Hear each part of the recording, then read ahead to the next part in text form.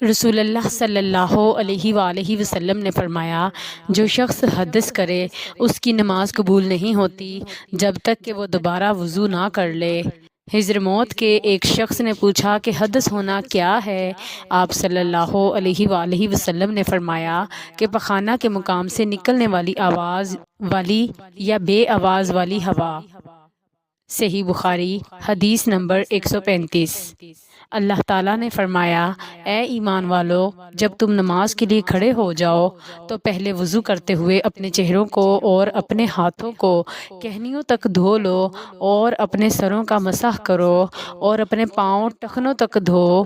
امام بخاری رحمہ اللہ کہتے ہیں کہ نبی صلی اللہ علیہ وآلہ وسلم نے فرما دیا کہ وضو میں اعضاء کا دھونا ایک مرتبہ فرض ہے، اور آپ صلی اللہ علیہ وآلہ وسلم نے اعضاء دو بار دھو کر بھی وضو کیا ہے، اور تین بار بھی، ہاں 3 مرتبہ سے زیادہ نہیں کیا۔ اور علماء نے وضو میں اسراف یعنی پانی حد سے زائد استعمال کرنے کو مکروہ کہا ہے کہ لوگ رسول کریم صلی اللہ علیہ وآلہ وسلم کے فعل سے آگے بڑھ جائیں۔ نبی کریم صلی اللہ علیہ وآلہ وسلم سوئے یہاں تک کہ آپ صلی اللہ علیہ وآلہ وسلم خراٹے لینے لگے۔ پھر آپ صلی اللہ علیہ وآلہ وسلم نے نماز پڑھی، اور کبھی راوی نے یوں کہا کہ آپ صلی اللہ علیہ وآلہ وسلم لیٹ گئے، پھر خراٹے لینے لگے۔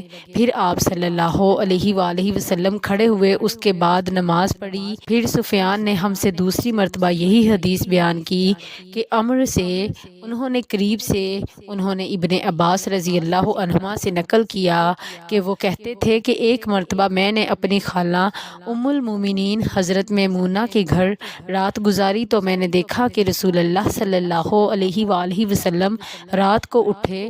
جب تھوڑی رات باقی رہ گئی تو آپ صلی اللہ علیہ وآلہ وسلم نے اٹھ کر ایک لٹکے ہوئے مشکیزے سے ہلکا سا وضو کیا۔ عمرو اس کا ہلکا پن اور معمولی ہونا بیان کرتے تھے، اور آپ صلی اللہ علیہ وآلہ وسلم کھڑے ہو کر نماز پڑھنے لگے تو میں نے بھی اسی طرح وضو کیا جس طرح آپ صلی اللہ علیہ وآلہ وسلم نے کیا تھا۔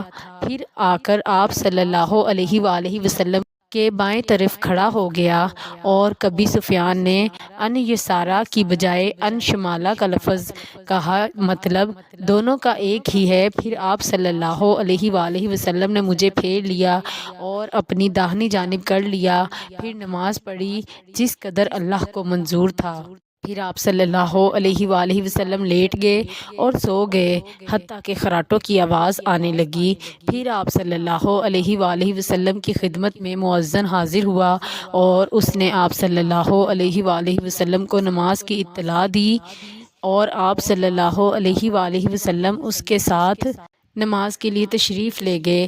پھر آپ صلی اللہ علیہ وآلہ وسلم نے نماز پڑھی اور وضو نہیں کیا۔ سفیان کہتے ہیں کہ ہم نے عمرو سے کہا، کچھ لوگ کہتے ہیں کہ رسول اللہ صلی اللہ علیہ وآلہ وسلم کی آنکھیں سوتی تھیں، دل نہیں سوتا تھا۔ عمرو نے کہا، میں نے عبید بن عمیر سے سنا، وہ کہتے تھے کہ انبیاء علیہ السلام کے خواب بھی وہی ہوتے ہیں۔ پھر قرآن کی یہ آیت پڑھی، میں خواب دیکھتا ہوں کہ میں تجھے ذبح کر رہا ہوں۔ صحیح بخاری حدیث نمبر 138۔